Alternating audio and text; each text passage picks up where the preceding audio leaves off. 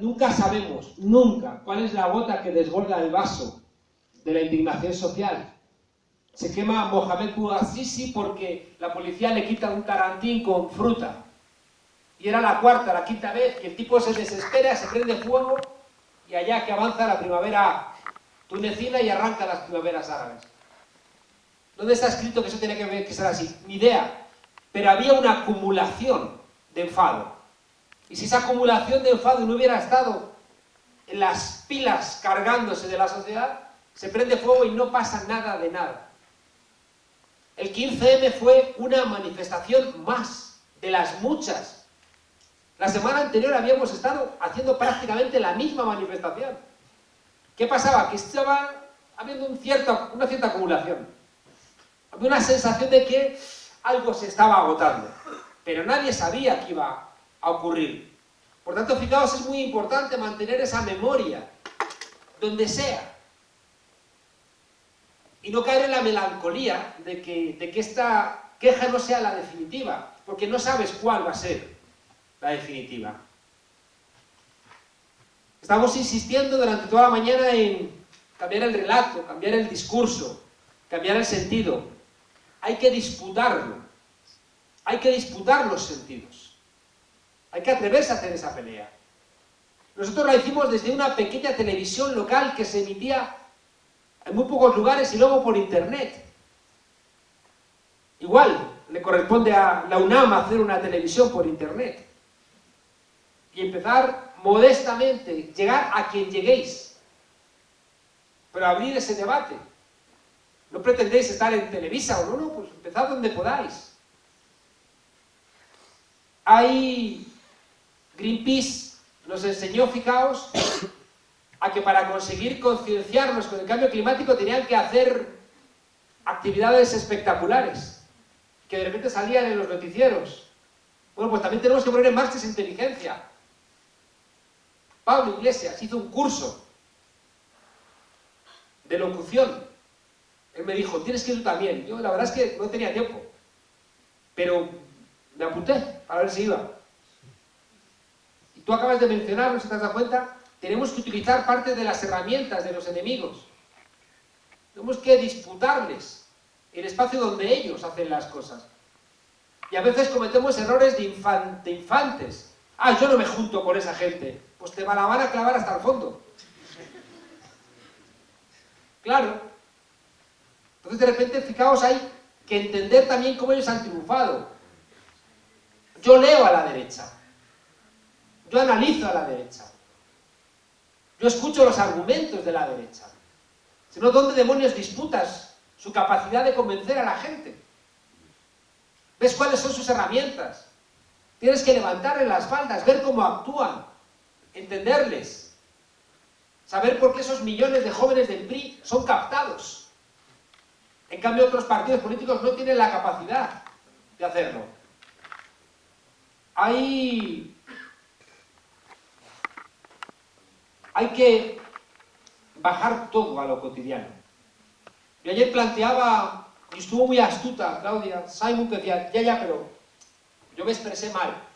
Dije, no, es que es muy importante que discutamos sobre el poliamor. Y me dijo, pero aquí es que la gente se muere de hambre, ¿no? Lo que quería trasladar es que hay que bajar a lo cotidiano todo para que te crean. Hay que ser capaces de construir un discurso desde lo cotidiano para que seas creíble. Que eso es también lo que hicimos nosotros. Renunciar a un tipo de discurso para que no dijeran qué listos son, qué bien hablan, sino para que nos entendieran. Y en ese sentido creo que cuando yo defino qué es la izquierda, en el libro del curso urgente de política para gente decente, hago un epígrafo, un capítulo que se llama El baúl de las ideologías apolilladas. Donde hay una parte que lo llamo retrato de derecha con perrito, donde retrato a la derecha, retrato a la izquierda, que creo que lo llamo, y tú me preguntas qué es la izquierda no eres tú, o algo así. Y luego el centro, que os contaba el otro día, que es muy breve, porque para ser de centro, lo único que tienes que hacer es renunciar a los conflictos. ¿Quieres ser de centro? Rebaja los conflictos. Y por eso os decía que nunca van a fusilar a nadie, y antes de ser ejecutado va a gritar ¡viva el centro! Porque por ser del centro pues no fusilan a nadie, se fusilan por otras cosas, pero no por ser del centro. Para ser de izquierdas, fijaos, siendo coherente con esto que os digo, de la reinvención de ese espacio antaño llamado izquierda, yo leo la izquierda como empatía. Ser de izquierdas es tener empatía y coraje, porque tú puedes tener empatía por los demás y ser un cobarde, y por tanto no mover un dedo por realmente transformar tu sensibilidad con los otros en un mejoramiento de sus circunstancias vitales. Por tanto, fijaos, ese espacio de reconstrucción de la izquierda es empatía, es decir, gente, amor. ¿Por qué lleva 2000 años la Iglesia Católica funcionando? Porque la frase ama a tu prójimo como a ti mismo es espectacular. Está en todas las religiones. Es que es espectacular. Es que es el corazón del asunto. No hagas a los demás lo que no quieres que te hagan a ti. Que sería una variante de esta idea de la empatía. Entonces, empatía más coraje es izquierda, en términos clásicos. ¿Y eso dónde opera? Opera todos los días. No puede ser que tu profesor te diga cosas y luego le veas que es un cabrón. No encaja. O sea, un profesor no puede tener éxito en la facultad si tiene un discurso emancipador, pero luego sabes que es un canalla. Tiene que haber un elemento también de coherencia, que es una cosa relevante en lo que ha significado Podemos. Que hemos sido coherentes. Y de ahí todos los ataques, etc. Me decía una señora que se ha ido, que es ser decente. La palabra decencia en el diccionario de María Moliner es espectacular. Dice decente, ¿sabéis que la palabra decente y la palabra dignidad tienen la misma raíz indoeuropea, que es dec, que hace referencia al que no se deja humillar y al que no humilla. Fijaos qué palabra, y está ahí, en la noche de los tiempos de la construcción de nuestro idioma. El que no humilla ni se deja humillar. Eso es ser decente y ser digno, que tienen la misma raíz. En algún momento significaron prácticamente lo mismo. Y por tanto, fijaos, yo aprendí cuando hacía el libro del curso urgente de política para gente decente, yo leía a Orwell. Orwell era un trosco raro, un trotskista raro. No como el que ayer contábamos, que se parece a las drag queens.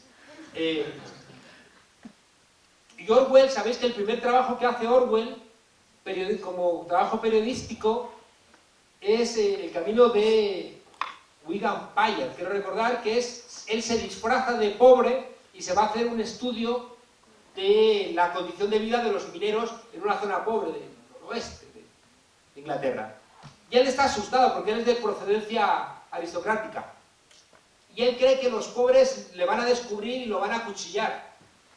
Y él al revés, en esa condición lo que va a encontrar es la dignidad y la decencia. Es decir, gente que en su pobreza mantenía rasgos de no humillarse. Esa gente pobre con la ropa vieja pero limpia, ¿no? Esa gente que no tiene dinero pero se peina como una manera de decir, no me vais a doblegar hasta el punto de que me abochorne de mí mismo cuando me miro en el espejo. En ese sentido, fijaos, la decencia me pareció una categoría mucho más importante que un curso urgente de política para gente de izquierdas. Es estupidez. Va y lo lee Felipe González, y me jode. Hay otro elemento que yo me di cuenta recorriendo una zona de España con otro compañero en un curso, porque se estaba despoblando las zonas rurales, se estaban despoblando y nos invitaron a hacer un curso. Yo no quería hacerlo, entonces presenté un proyecto súper radical y resulta que nos lo aprobaron. Yo lo llamé un curso de trotskismo rural, decía. Poníamos la película de La estrategia del caracol, que conoceréis muchas y muchos de vosotros, que es una película de rescate de la dignidad. Bueno, ¿sabéis qué me di cuenta en ese viaje? Que en los pueblos donde había un poco de tejido social, ¿sabéis que había habido siempre un cura joven progre? Es decir, que allá donde había habido un curita joven, que tocaba la guitarra, el cumbayá, y montaba el grupo de teatro y demás, ahí había tejido social que después había evolucionado hacia lugares emancipatorios. Fijaos, como un elemento también de aprendizaje, es decir, a ver qué opera ahí, en ese tipo de trabajo, donde ellos sí que hacen tejido social, sí que generan bases con capacidad emancipatoria, y es un cura con la jodida guitarra. La respuesta está en el viento.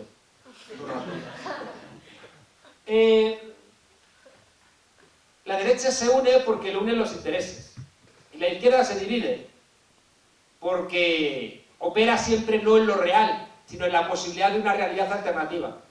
Y en el análisis diferimos. Y sabemos que al diferir en el análisis nos la jugamos, y por eso el Frente Judaico de Liberación odia al Frente de Liberación Judaica. Sobre todo en términos teóricos. O sea, hay una parte lógica. Pero a quien odia la Coca-Cola no es a la Pepsi-Cola.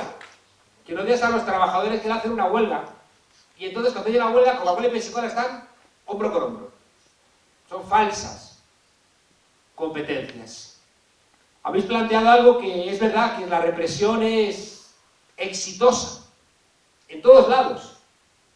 En España han hecho una ley mordaza, que te ponen multas. Si es que en España la manera de reprimirte es con las multas, porque te matan civilmente. Es lo que hace el poder.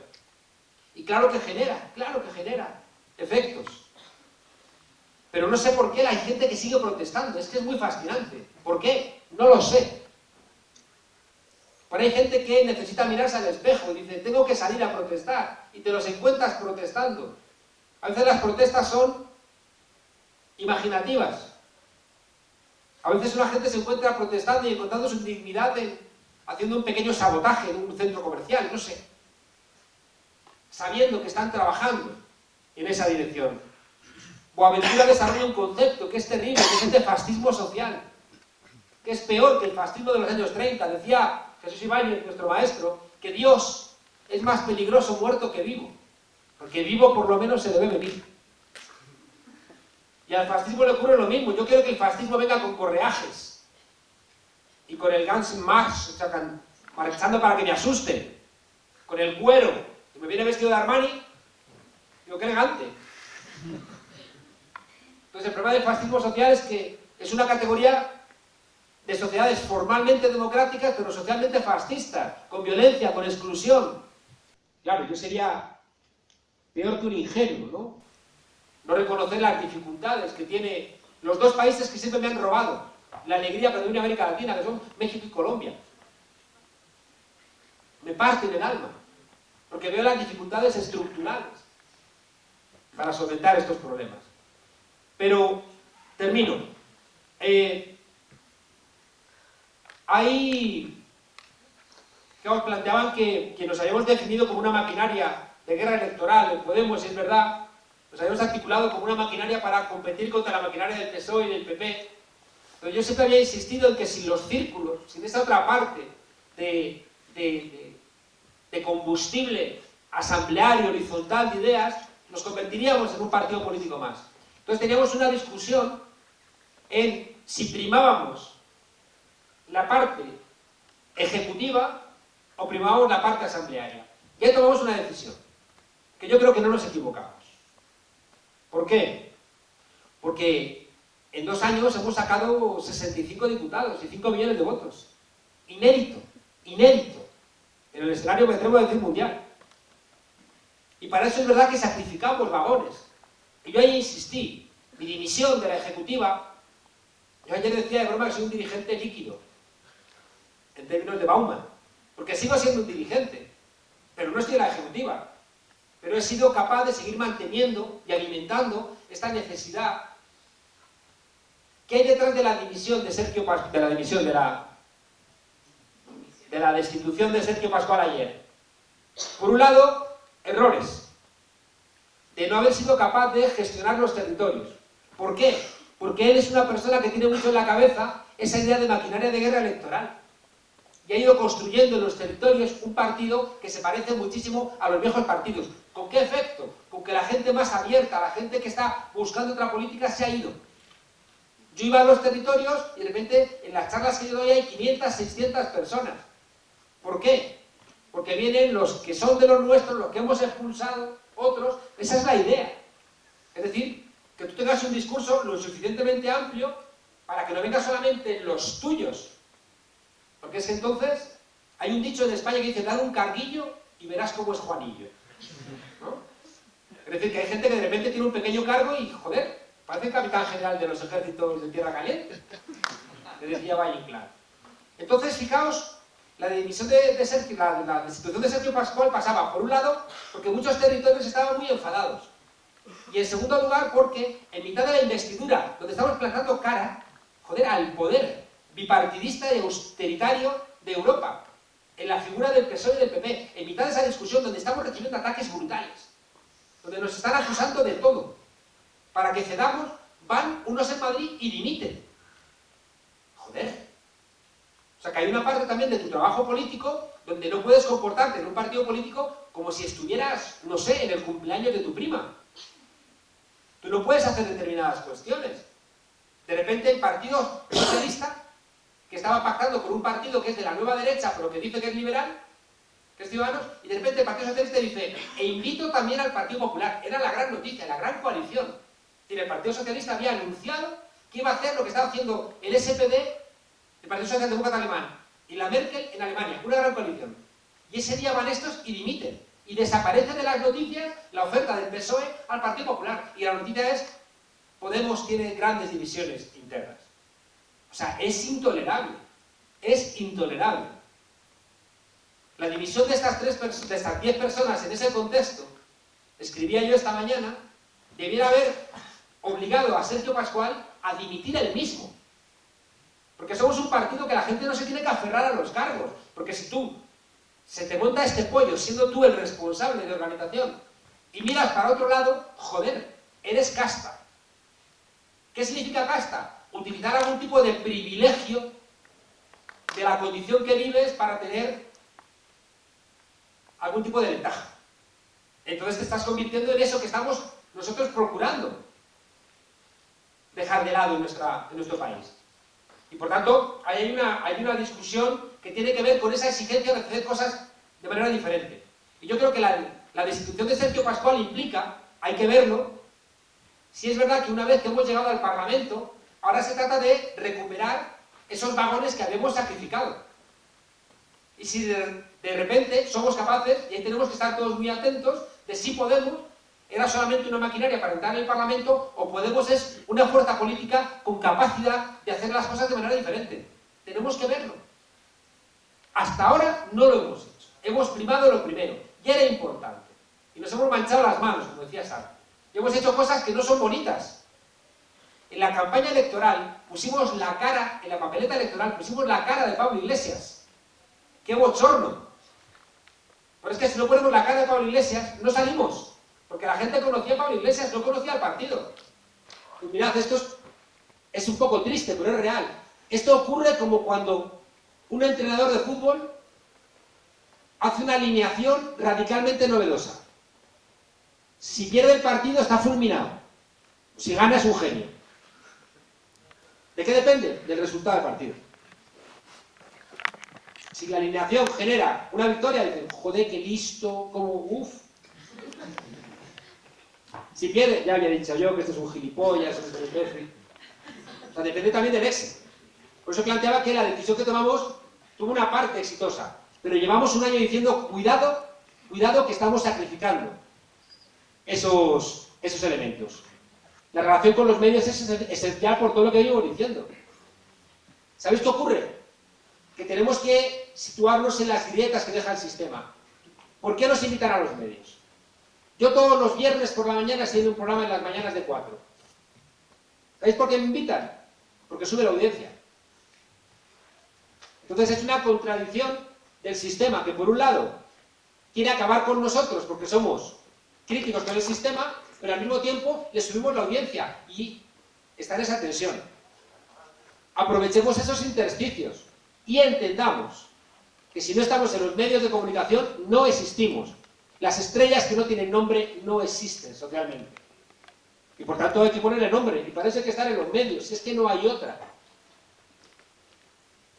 Y termino. Una de las conclusiones que yo estoy viendo en la discusión es que si no creamos un nosotros, es muy difícil.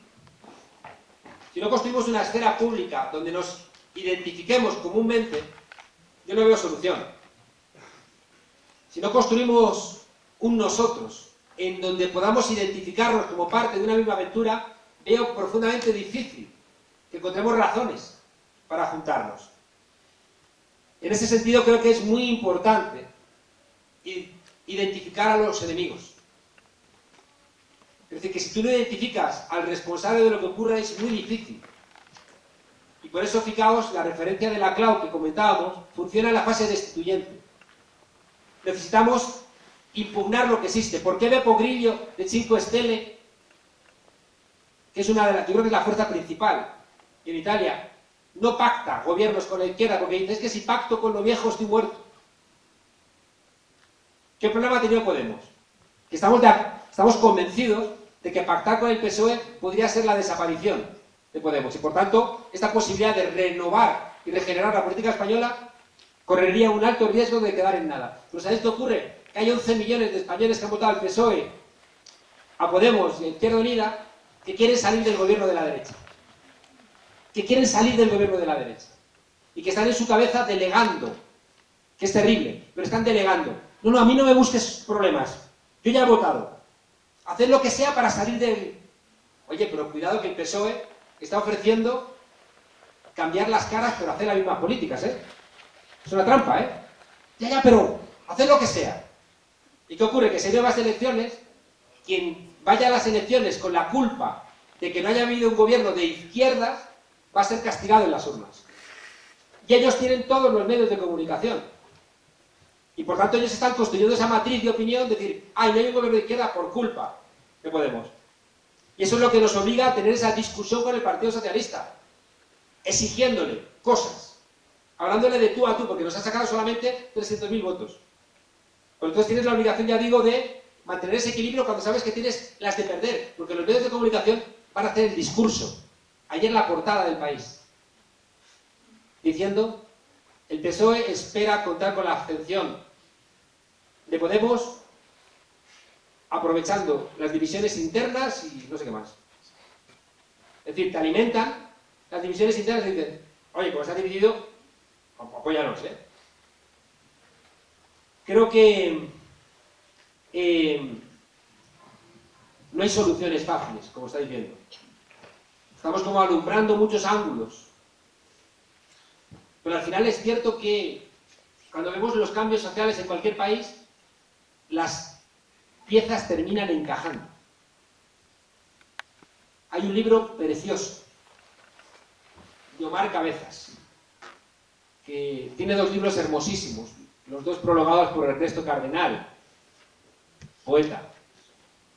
Él era un comandante sandinista. En uno se llama La montaña es algo más que una inmensa estepa verde, y el otro libro se llama Canción de amor para los hombres. En Canción de amor para los hombres empieza con la memoria del sandinismo, que es una pintada en una pared, un grafiti en una pared.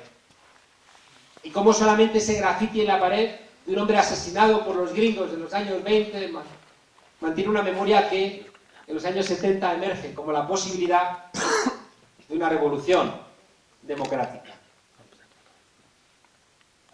Por tanto, con Gramsci, grabaos su propuesta que decía, instruíos, porque necesitamos toda vuestra inteligencia, agitaos, porque necesitamos todo vuestro entusiasmo, y organizaos, porque necesitamos toda vuestra fuerza.